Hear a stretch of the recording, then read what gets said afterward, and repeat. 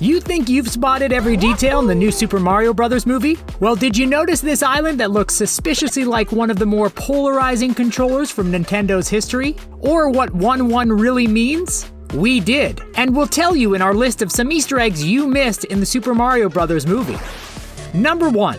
You may know the 1-2 step, but how about the 1-1 jump? In a visual homage, a 2D side-scrolling recreation of Super Mario Bros. World 1 Level 1 is depicted early in the film. This happens when Mario and Luigi's van breaks down, forcing them to run across a Brooklyn bridge adorned with the familiar iconography of the very first video game level. The precise layout of the busy sidewalk in the movie perfectly resembles the game's aesthetic design. The yellow paint cans, wooden crates, and AC units resemble the bricks and boxes found in the game, and the sequence even ends with Mario sliding down a flagpole as he does in the game. Even cooler, Mario slides down past Burger Castle, a red brick building that resembles the castle in the game. Number 2. Bowser's song about Peach is making a splash online, and there's some more trivia behind the iconic moment we gotta talk about. Looking closely at Bowser's piano, you can see the name Ludwig von Koopa. The name has a double meaning, the first being an obvious reference to Ludwig von Beethoven, the famous composer. The second being a reference to Bowser's famous Koopaling from many of the games, Ludwig von Koopa. The latter is not nearly as good at piano though. Number 3. If you grew up with a Gamecube, you must have noticed this tune. When Luigi's phone rings in the restaurant, his ringtone is the Nintendo GameCube's boot up jingle, a beloved little ditty with a purple cube rolling around to eventually make a G shape. G for GameCube. Also perfect for Luigi since most people were introduced to Luigi's Mansion on the Nintendo GameCube. Number 4. We could never pull this trick off, but maybe you could. A slew of references from the Mario Kart franchise can be found when Mario and Luigi race across Rainbow Road in the movie. Mario drifts past the dreaded blue shell power-up before taking a hard, hidden Mario Kart shortcut from the N64 version of Rainbow Road. Something fans were sure to notice but not be certain that this was a direct reference to the trick. We are more the type to just use a Game Shark to give us infinite boosts.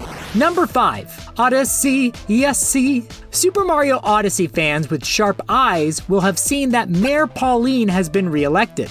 More serious Mario historians know that Pauline, not Princess Toadstool, was Mario's first girlfriend dating back to the days of Donkey Kong. Initially named Lady in Japan, very creative, Pauline was named after the wife of Don James, an American exec at Nintendo. With only a few appearances in Super Mario games since, it's easy to miss her cool cameo in the movie. When Brooklyn faces flooding, a TV ad in the movie shows Mayor Pauline calling on Mario and Luigi to help, a clear nod to Mario's first beloved damsel in distress. Sporting her trademark ruby color, Pauline's political position is also a clear shout out to Super Mario Odyssey, in which she also served as the mayor of New Donk City. Number 6. Now this is a deep reference for you real Mario heads out there. In Brooklyn, Mario and Luigi encounter their mean-spirited former boss named Spike who runs a construction company called Wrecking Crew. This is an obscure reference to Nintendo's 1985 Mario spin-off titled Wrecking Crew, in which Mario and Luigi work for a construction company and face the strong Mario villain named Foreman Spike. Guess Nintendo decided to go in a more Bowser-y direction after that. Number 7. Have you mastered the 1-2 step? When Mario and Luigi descend the staircase to the sewers, a sign reading Level 1-2 can be seen. This is a nod to the very first underground level in the original Super Mario Bros. Game, and the first instance of using a pipe to warp to another world. Once Mario and Luigi pass the signpost in the movie, the classic underground music sting from the game is played, which originally played when Mario or Luigi dropped into the level. While you might have recognized the sound, the reason it's here specifically was missed by a lot of fans. Number 8. More GameCube gamer knowledge ahead. Have you ever been to Isle Delfino? The Sunshine travel agency next door to the pizzeria in the film is a reference to Super Mario Sunshine, a GameCube game where Mario travels to sunny Isle Delfino and uses a water-spewing jetpack to clean up the place. While not a traditional Mario game, it is fondly remembered by those who have played it. Number 9. Some Easter eggs are right in your face, and others require precise, perfect shape memory. When the Mario Brothers break through a wall to the sewers, Some keen-eyed viewers might have noticed the hole is shaped like an original 8-bit Mario head. We're talking about his head when he's the little guy, not the bigger guy who had a shroom or two. Number 10. Disney has got Captain Jack Sparrow. Nintendo lovers have Captain Toad. They're a bit different. Fans of the fun mini-games from many of Mario's adventures featuring the cute and brave Captain Toad will notice the backpack featured prominently on the back of Toad in this movie is almost identical to the famous explorer. With his dream of going on a big adventure, many fans believe this is the film telling us that this is the Captain Toad himself. We'll just have to wait for the sequel to confirm. Number 11. You ever jump through a painting?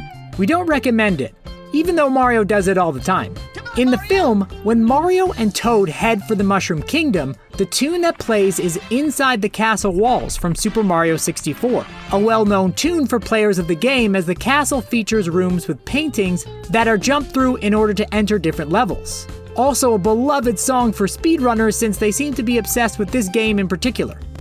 Number 12. What a beautiful kingdom Bowser has chosen to completely ruin the mood of.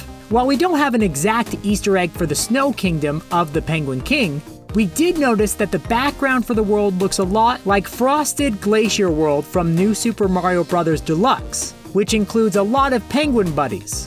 Or enemies? Frenemies? Number 13.